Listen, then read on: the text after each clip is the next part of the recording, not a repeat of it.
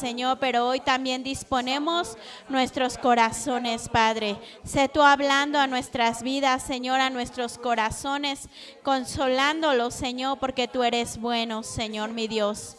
Te damos gracias porque sabemos que nuestro único refugio eres tú, Padre. Muchas gracias, papá.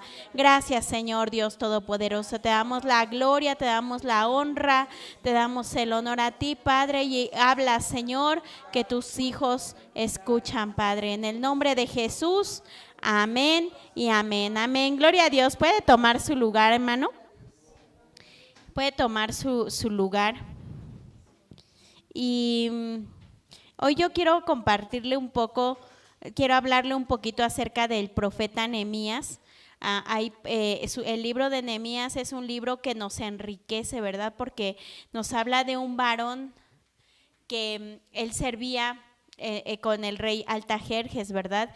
Y era un hombre que estaba al servicio del rey, pero que también él tenía descendencia judía. Él servía ahí en el palacio del rey, pero a mí me asombra mucho de Nehemías que era un hombre fuerte en la oración. Entonces, yo quiero nombrarle este tema. En la oración hay esperanza. Hermanos, yo no sé cuántas veces ustedes se han sentido afligidos.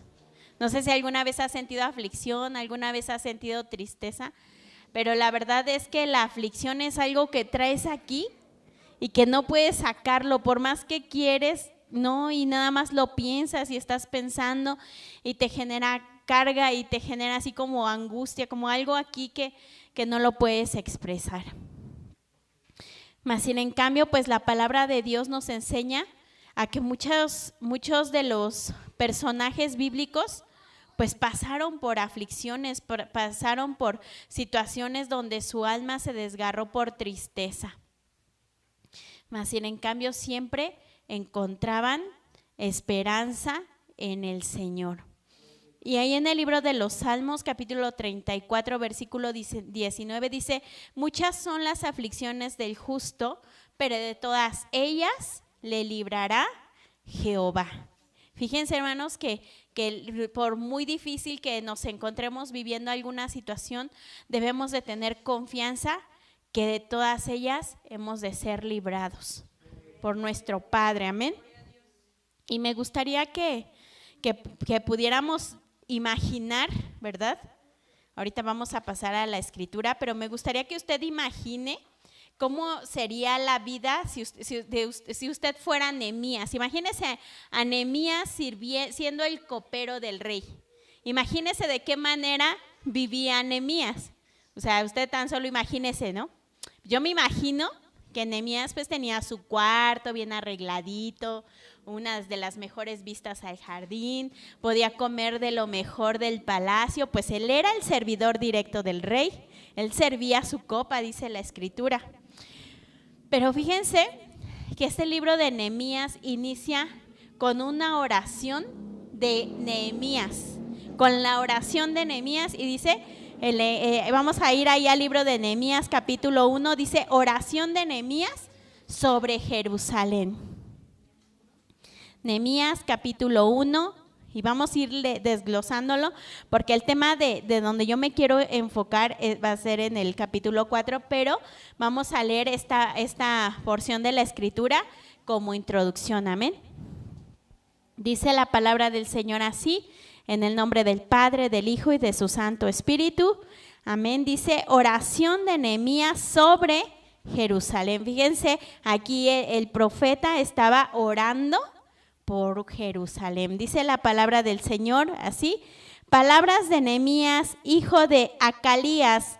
Aconteció en el mes de Quilseu, en el año 20, estando yo en Susa, capital del reino, que vino Hanani, uno de mis hermanos, con algunos varones de Judá, y les pregunté por los judíos que habían escapado, que habían quedado de la cautividad, y por Jerusalén. Fíjense, vamos a pausarlo tantito ahí. Dice la palabra del Señor que Nehemías se encuentra, ¿verdad?, con algunos algunos provenientes de Judá, ¿verdad? Y les hace esta pregunta, les pregunta por qué había pasado con los que habían quedado cautivos y por Jerusalén. Y fíjense lo que responde Nehemías, que dice que le dicen estos varones.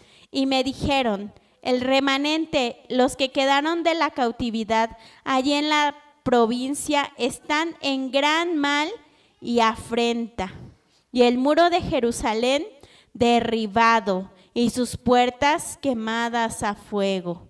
Cuando oí estas palabras, me senté y lloré e hice duelo por algunos días y ayuné y oré delante del Dios de los cielos. Vamos a volver a repetir fuerte este versículo 4, hermanitos. Cuando oí estas palabras, me senté y lloré e hice duelo por algunos días y ayuné y oré delante de Dios de los cielos. Amén, gloria a Dios. Puede tomar su lugar. Fíjense, Nehemías pues se encuentra con estos varones y les pregunta. Yo me imagino, imagínese usted cuando viene alguien de su pueblo o de algún lugar que usted, no sé, de algún lugar lejano, y usted le pregunta siempre, ¿verdad? Siempre preguntamos, ¿y cómo están todos por allá? ¿Y qué tal la tía tal? ¿Y qué tal el tío tal? ¿Y qué tal el primo tal? ¿Verdad? Siempre queremos saber. Y pues muchas veces pues nos dan buenas noticias y nos dicen, no, pues todos están bien, pero de repente pues vienen noticias un poco difíciles, ¿verdad? Un poco difíciles. Y Nehemías, pues yo me imagino que se encontraba súper feliz en su trabajo, realizando sus labores, era el más servicial, era el más sonriente delante del rey, pero cuando se encuentra con estos varones y le dicen eso, ¿qué dice la palabra del Señor? Que Nehemías se sienta y llora, porque le dolió en su corazón, porque entró aflicción en su corazón. Ese hueco aquí como que es como un hueco, pero como que es como algo atravesado que no sabes ni cómo sacarlo, no sabes cómo expresarlo, no sabes a quién contarle, no sabes si llorar, no sabes si gritarlo, no sabes. Yo me imagino que Nehemías pues sintió ese hueco en su alma, en su espíritu, y dice que se sentó y se puso a llorar y que hizo duelo por algunos días. Dice que ayunó y oró delante de Dios, del Dios de los cielos. Y fíjense qué hermosa la oración de Nehemías, porque ahí en el versículo 5 dice, y dije, te ruego, oh Jehová, Dios de los cielos, fuerte, grande y temible, que guarda el pacto y la misericordia a los que le aman y guardan sus mandamientos, esté ahora atento tu oído y abiertos tus ojos para oír la oración de tu siervo, que hago ahora delante de ti día y noche por los hijos de Israel, tus siervos, y confieso los pecados de los hijos de Israel que hemos cometido contra ti, si yo y la casa de mi padre hemos pecado. En extremo nos hemos corrompido contra ti y no hemos guardado los mandamientos, estatutos y preceptos que diste a Moisés tu siervo.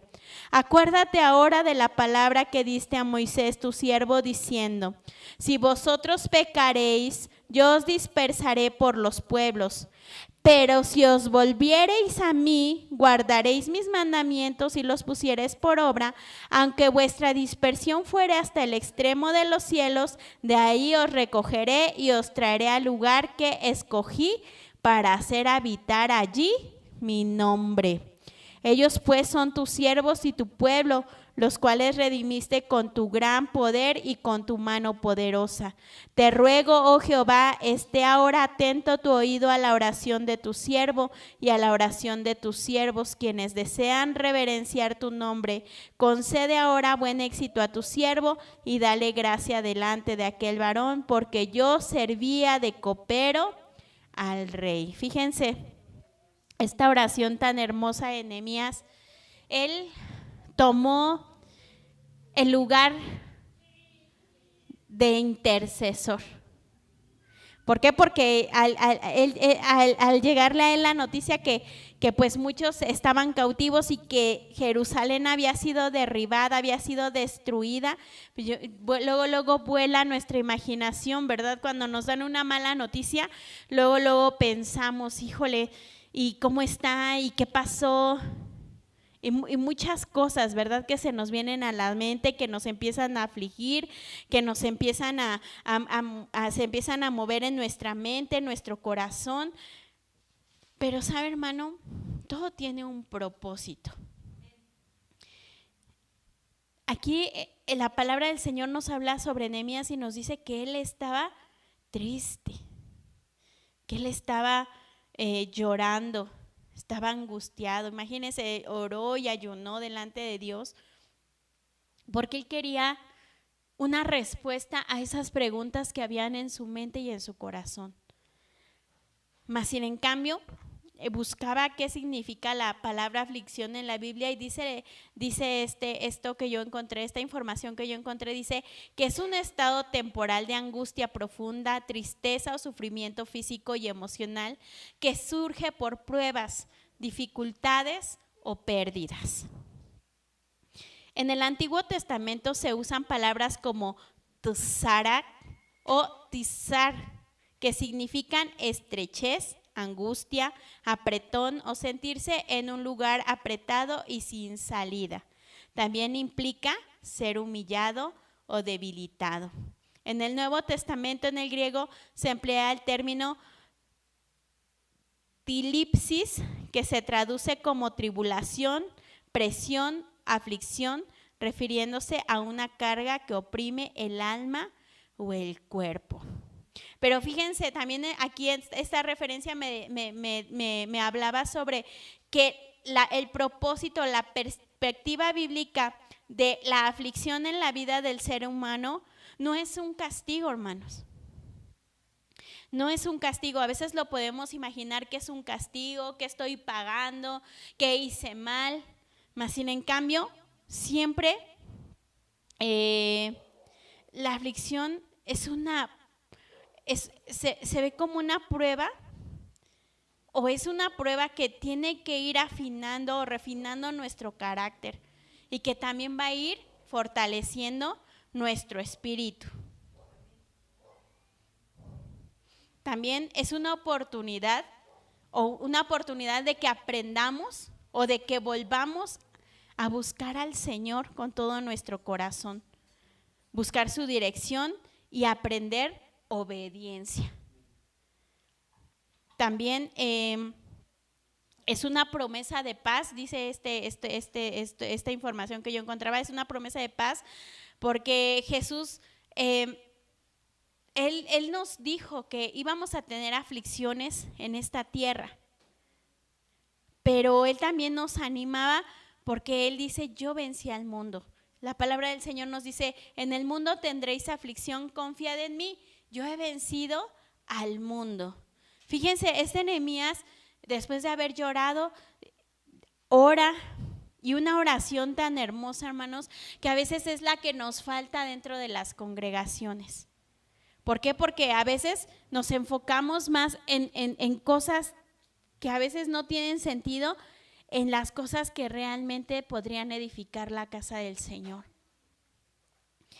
Él se da cuenta de que la ciudad o Jerusalén estaba hecha ruinas. Y él empieza a orar al Señor y le dice que por favor oiga su oración y que pueda tener sus ojos abiertos a esa oración que él iba a hacer y que él confesaba, reconocía los pecados que habían hecho el pueblo de Jerusalén y aún él que ni siquiera estaba ahí. Él dice, yo reconozco que hemos pecado, que te hemos fallado, que nuestros hijos han pecado contra ti, Señor. La casa de mi padre hemos pecado. Fíjense, él reconocía que sus antepasados habían fallado, hermano. Yo no sé si en algún momento usted ha ido a las rodillas y le ha dicho, Señor, perdona a mis padres, perdona a mis hermanos, perdona a mi familia desde que yo tengo uso de razón o a las que no conocí, si fueron ellos infieles a ti y ahora que me has alcanzado, Señor, ten misericordia. Tal vez ellos ya no están, pero perdona esas iniquidades que hubieron en el pasado, porque muchas veces esas iniquidades o esas transgresiones vienen arrastrándose hasta nuestro tiempo, hermanos. Y a veces se nos olvida pedirle al Señor por nuestras generaciones que le fallaron al Señor. Dice aquí, Nehemías le dice al Señor: Señor, nos hemos corrompido contra ti y no hemos guardado tus mandamientos, ni tus estatutos, ni tus preceptos. O sea, no hemos hecho nada agradable delante de ti, Señor. Y a veces nos podemos preguntar por qué entramos en tanta aflicción, hermanos. Pues porque a veces se nos olvida guardar la palabra del Señor. Se nos olvida ser obedientes al Señor, se nos olvida darle la reverencia debida al Señor. Dice aquí que él le dice Nehemías al Señor: acuérdate ahora de la palabra que le diste a Moisés diciendo: si vosotros pecareis, yo os dispersaré por los pueblos. Fíjense, ya era algo que estaba escrito, que si ellos pecaban, el Señor los iba a separar, los iba a dispersar por muchos lugares, pero también da una solución a ese problema. Primero les dice: si ustedes pecan, yo los voy a dispersar por todos lados.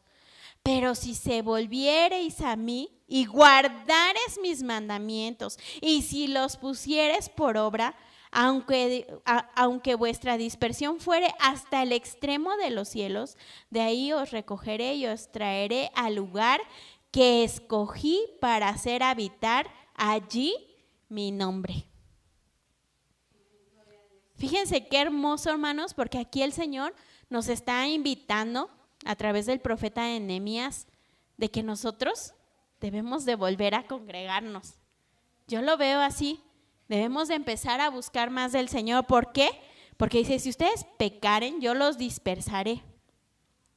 Pero si os volviereis a mí, guardaréis mis mandamientos, yo los pusiereis y los pusiereis por obra, aunque vuestra dispersión fuera hasta el extremo de los cielos, de ahí os recogeré y os traeré al lugar que escogí para hacer habitar allí mi nombre.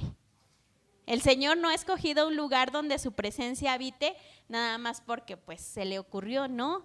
Es porque ahí está su nombre. El nombre del Señor está en esta casa y en las congregaciones está el nombre del Señor. Entonces nosotros habíamos sido dispersos por el pecado, mas sin en cambio cuando nosotros, el Señor nos alcanza, nos pone en nuestra mente esa necesidad de nuestro Salvador, esa necesidad de que no, ya estamos afligidos, angustiados, no sabemos qué hacer, pues nuestro refugio es el lugar donde está puesto su nombre. Fíjense qué hermoso, hermanos. O sea, yo veía esto y dije: wow, esto es una congregación, porque ¿quién nos trae? El Señor. Él es el que nos trae, Él es el que nos pone en el corazón: hoy yo tengo que ir al culto, mañana yo tengo que venir a la oración, pasado yo tengo que estar ahí. Fíjense cómo Nehemías decía, le recordaba o citaba la porción de la ley, ¿verdad? Cuando le fue dada a Moisés y le dice: Señor, pero tú también dijiste que si nos volvemos a ti, guardamos tus mandamientos, pues los pusiéramos por obra, aunque estuviéramos dispersos, tú nos traerías al lugar que tú escogiste para que allí habitara tu nombre. Y dice el versículo 10: ellos pues son tus siervos y tu pueblo, los cuales redimiste con tu gran poder y con tu mano poderosa. Él se recordaba de las cosas extraordinarias que se hablaban del Dios verdadero, hermanos. Y le dice: oh Jehová, ahora atento tu oído a la oración de tu siervo y a la oración de tus siervos, quienes desean reverenciar tu nombre. Concede ahora buen éxito a tu siervo y dale gracia delante de aquel varón, porque yo servía de copero al rey. Fíjense, él después al final ora por él, porque yo supongo que estos días de aflicción, él no quiso ir a trabajar. Pero él le dice, Señor, ayúdame, dame gracia delante del rey, ¿verdad? Porque yo voy a ir a regresar, pero no sé de qué manera yo lo voy a encontrar. Y en los versículos siguientes habla sobre que Nehemías pues llega con el rey y empieza a servirle la copa, pero que hay un semblante de tristeza en su rostro, pero el rey pues dice, caray, este Nehemías no es el mismo Nehemías de siempre, ahora está triste, ahora me escurre el vino en las manos porque se le olvida hasta dónde debe de llegar. Yo creo que lo notaba divagante, lo notaba tal vez un poco torpe, tal vez había algo. Usted siempre ha notado a alguien de su familia cuando está desanimado, cuando está triste, cuando hay algo que se guarda y no quiere decir. Sí, ¿verdad? Luego rápido uno lo detecta. Pues así el rey, como era muy cercano a Nehemías, pues se dio cuenta rápido, hermanos. Y dice la escritura que Nehemías le expone el por qué él estaba triste y también le dice, Señor, permíteme ir a Jerusalén porque quiero ir a reedificar Jerusalén. Y el rey pues le da cartas, le da todas las herramientas necesarias para poder ir a Jerusalén y reconstruirlo. Fíjense qué hermoso. Por eso Nehemías pedía gracia delante de los ojos de ese hombre. ¿Para qué? Para que pues pudiera él sacar esa inquietud que él tenía, esa tristeza, esa preocupación y poder resolver ese problema. Obviamente pues él fue a los pies del Señor porque él reconocía que era su ayudador. Y quiero que rápidamente vayamos allá al capítulo 4, porque así como Dios nos consuela, nos empieza a quitar esa aflicción, nos empieza a mostrar las salidas de las situaciones que nos mantienen afligidos, también de repente viene el enemigo y quiere entorpecer la obra. Fíjense que aquí en el libro de Nehemías capítulo 4 dice la palabra del Señor, precauciones contra los enemigos. ¿Cuántas veces usted ha sido precavido contra sus enemigos? Yo creo que nadie, ¿verdad? Nadie es precavido si sale en el transporte y te van a asaltar, ¿verdad? Todos vamos normal y el celular, yo ahora que he salido a trabajar, de repente veo a todos con el celular en la combi y no se despegan del celular. Todos ven el celular, ¿no? Y yo me imagino luego en la autopista, digo, caray, si ahorita se suben a robar, pues lo primero, celulares, después carteras, después lo que traigan en la mano o cositas así, ¿no? Y yo digo, wow.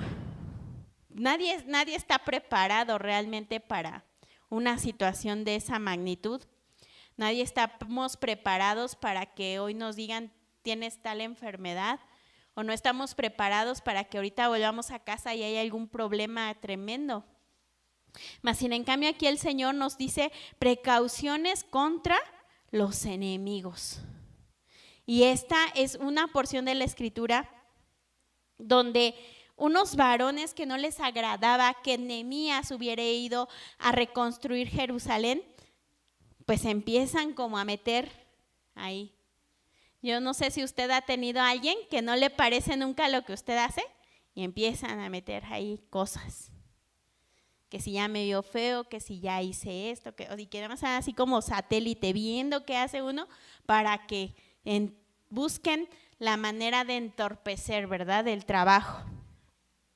Pero fíjense que aquí en esta porción de la Escritura habla sobre unos personajes que quisieron entorpecer la obra, pero también de la sabiduría que Dios había puesto en Nehemías para enfrentar estas situaciones y que son las que debe de alertar al pueblo del Señor a poder enfrentar a sus enemigos.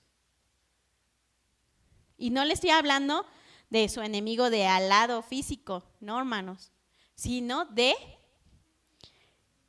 las cosas que se mueven espiritualmente y cómo las podemos trabajar. ¿Y saben cómo las trabajó Nehemías? Desde el principio Nehemías empezó con la oración y ayuno. Oración y ayuno. Y con la sinceridad, aunque su rostro demudaba tristeza, él va ante el rey y le expone su causa. Usted tal vez no es el amigo de la mano derecha de Sheinbaum, pero el Rey de Reyes es su cercano, al que usted sirve, al que usted alaba, al que usted busca, Él es cercano, si es que usted le está buscando. Amén. Dice ahí la palabra del Señor, capítulo 4 de Nehemías, dice: cuando oyó Sanbalat que nosotros edificábamos el muro, se enojó y se enfureció en gran manera e hizo escarnio de los judíos. Y habló delante de sus hermanos y del ejército de Samaria y dijo: ¿qué hacen estos débiles judíos? ¿Se les permitirá volver a ofrecer sus sacrificios? ¿Acabarán en un día? ¿Resucitarán de los montones del polvo las piedras que fueron quemadas? Y estaba junto a él Tobías, amonita, el cual dijo: lo que ellos edifican del muro de piedra, si subiere una zorra lo derribará.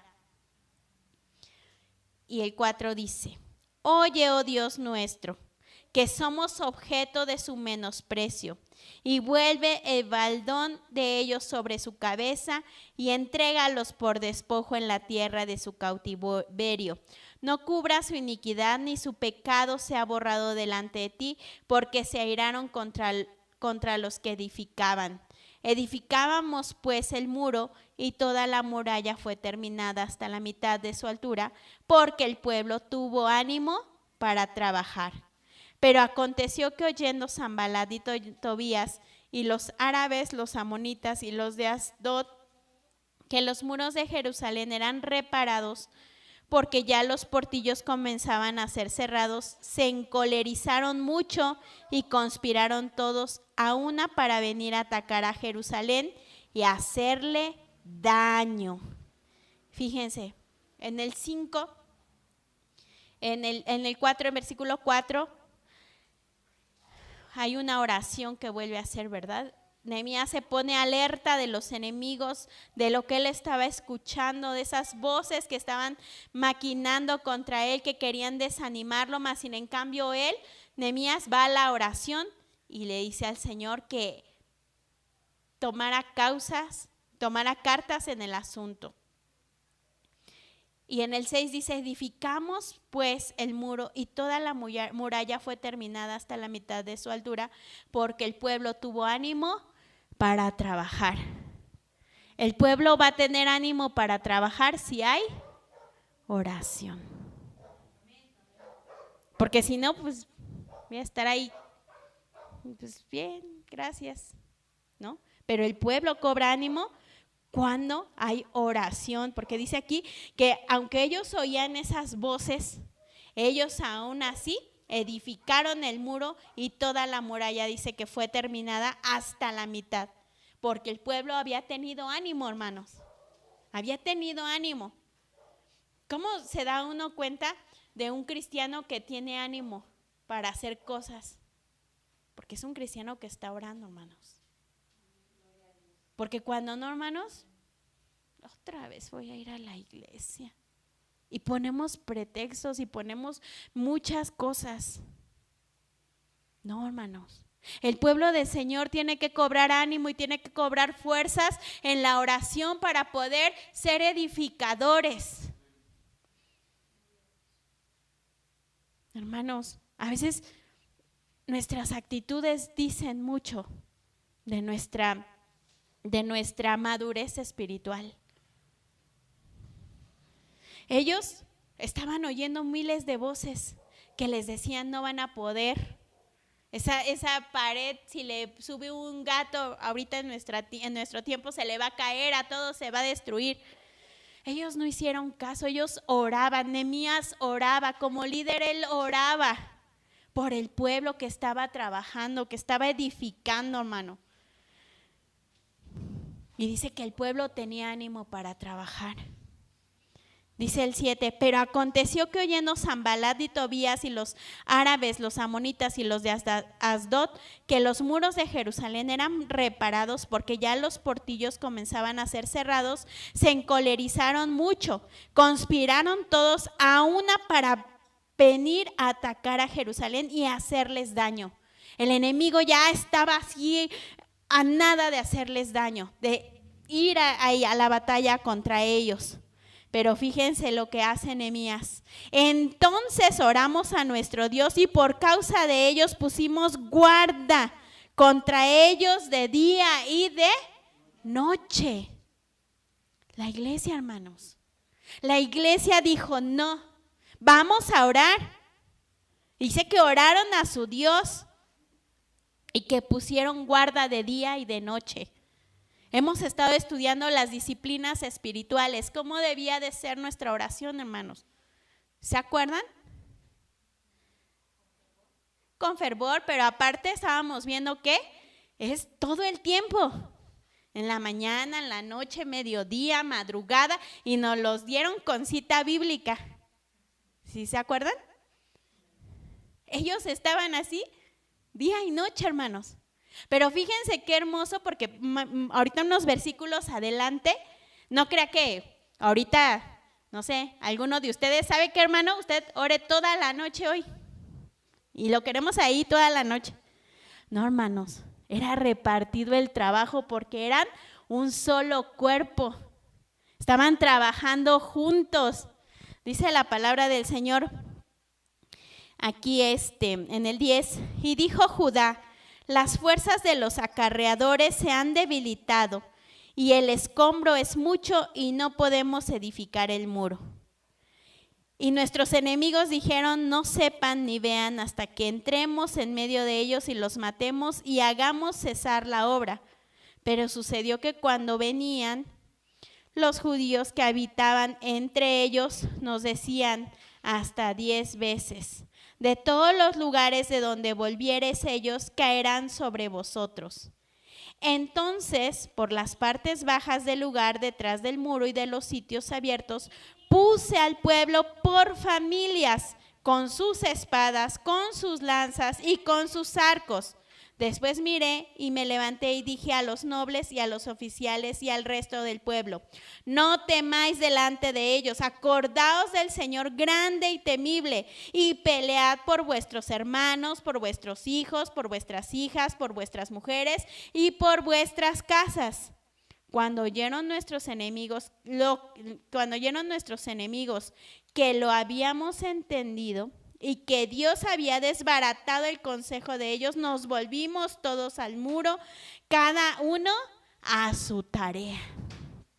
Ellos, hermanos, no estaban enfocados en su lucha, en su prueba, en qué es lo que les decían, no. Ellos estaban más preocupados, ya se habían organizado porque Nehemías le dijo al pueblo que pelearan juntos, por sus familias, por sus hijos, por su casa, por todo, hermanos. Les pidió que estuvieran ahí atentos, que estuvieran alertas. Y les dice: no teman delante de ellos, acuérdense que el Señor es grande y temible y que Él va a pelear por nosotros, por nuestros hermanos. Y cuando ellos lo entendieron, ¿qué hicieron, hermanos? ¿Se quedaron ahí sentados? ¿Se quedaron con temor? No. Siguieron con la obra, hermanos. Siguieron adelante. No tuvieron miedo. ¿Por qué? Porque sabían de dónde venía su salvación. Sabían quién era el que los iba a salvar. Dice aquí, el 16, desde aquel día, la mitad de mis siervos trabajaba en la obra, y la otra mitad tenía lanzas, escudos, arcos y corazas. Y detrás de ellos estaban los jefes de toda la casa de Judá. los que edificaban en el muro, los que acarreaban y los que cargaban, con una mano trabajaban en la obra y en la otra tenían la espada. Fíjense, unos estaban trabajando, unos estaban ahí alerta y otros estaban trabajando, pero con una mano trabajaban y con la otra tenían la espada. Fíjense, qué impresionante. Y que decían, no, ellos no nos van a agarrar desapercibidos. Nosotros vamos a estar alerta. Dice aquí, porque los que edificaban cada uno tenía su espada ceñida a sus lomos y así edificaban. Y el que tocaba la trompeta estaba junto a mí y le dije a los nobles y a los oficiales y al resto del pueblo, la obra es grande y extensa y nosotros estamos apartados en el muro, lejos unos de otros. En el lugar donde oyereis el sonido de la trompeta, reuníos allí con nosotros. Nuestro Dios peleará por nosotros. Nosotros pues trabajamos en la obra y la mitad de ellos tenían lanzas desde la subida del alba hasta que salían las estrellas. También dije entonces al pueblo, cada uno con su criado permanezca dentro de Jerusalén y de noche sirvan de centinelas y de día en la obra. Fíjense, se repartían el trabajo. Unos en el día trabajaban y otros en la noche vigilaban, hermanos. Y yo creo que eso es lo que nos falta muchas veces dentro de la iglesia. Poder tener personas que estén velando, que estén como centinelas en la noche. Dice aquí, y ni yo, ni mis hermanos, ni mis jóvenes, ni la gente de guardia que me seguía, nos quitamos vuestro vestido. Cada uno se desnudaba solamente para bañarse. Fíjense, tan enfocados ellos estaban, hermanitos, que ellos no estaban con que, híjoles, ya me ensucié. No, hermanos, ellos estaban enfocados en la obra del Señor, en lo que el Señor estaba haciendo en sus vidas, en lo que el Señor estaba haciendo. Me agradó la versión del lenguaje actual porque dice, yo también le había dicho a la gente que todos debían pasar la noche dentro de Jerusalén para protegerse y trabajar solamente durante el día. Por eso ni mis parientes, ni mis ayudantes, ni los hombres de la guardia que me acompañaban nos quitábamos la ropa para dormir. Cada uno mantenía el arma en la mano. Ellos estaban preocupados por la reedificación del pueblo y por poder cumplir el propósito del Señor. Y es lo que a veces la iglesia necesita, hermanos. Necesita valientes, necesita hombres y mujeres que tengan espadas desenvainadas y que se metan al ruedo al trabajo del Señor, hermanos.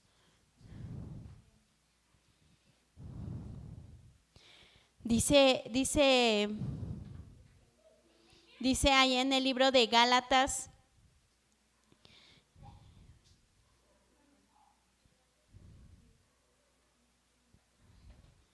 gloria a Dios.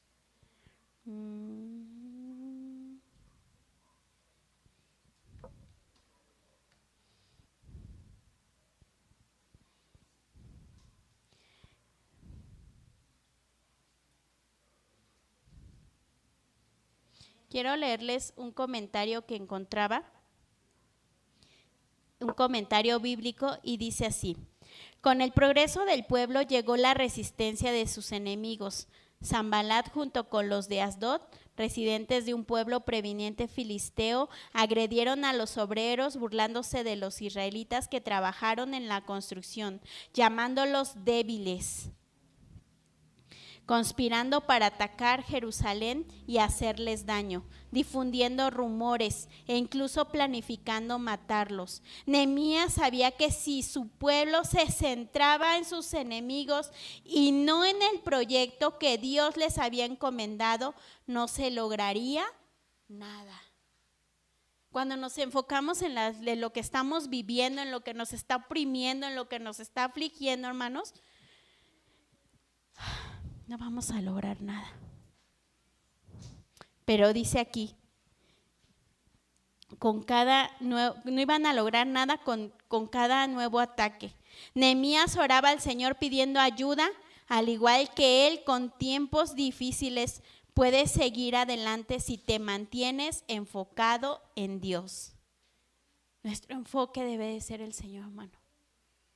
Algo que siempre les decimos con mi esposo, sí nos vienen las luchas bien tremendas, pero ¿saben? Pasamos de largo. ¿Alguna vez alguien se ha pasado de largo cuando lo ven hacia usted de lejos y así como que se hacen que no lo ven y se siguen derecho, o usted lo ha hecho?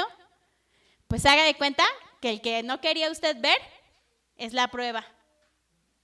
Es la prueba, o sea, ya la vio de reojo y sígase derecho, hermano. No ponga su atención, porque si no, no va a lograr nada, hermano. No vamos a lograr nada. Y el pueblo de Dios no es de los que retrocede. El pueblo del Señor es de los que tal vez nos darán un golpe y caeremos, pero el Señor nos levanta y seguimos adelante, seguimos en pie. La perseverancia fiel del pueblo frente a sus oponentes es un estímulo para que toda la familia de Dios no se canse de hacer el bien. La perseverancia y el discernimiento para saber cuándo perseverar son atributos clave para el creyente. Vamos a ir ahí a Gálatas 6:9 para culminar. Cuando lo tenga, diga amén. Dice la palabra del Señor así: no nos cansemos pues de hacer bien, porque a su tiempo segaremos si no desmayamos. Hermanos, las luchas, como siempre se lo hemos recordado y no nos vamos a cansar de recordárselo, son pasajeras. Tal vez nos va a tocar ganar, tal vez nos va a tocar perder, pero que eso no apague nuestro amor y nuestra pasión por el Señor.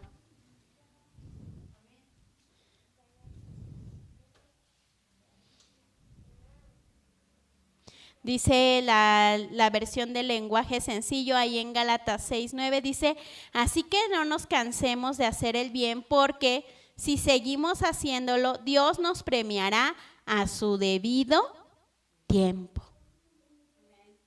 Fíjense qué hermoso, hermanos. No desmaye, hermanos. No desmaye, esfuércese en verdad. Yo sé que no es fácil. Tal vez ustedes pueden decir: ay, hermanos, ustedes ni pasan nada. Usted no sabe, hermana. No sabe. Tal vez nuestros problemas son peores que los de usted, tal vez no. Tal vez los de usted son los más graves, pero lo único que yo le puedo decir, hermano, de parte del Señor es que no desmaye.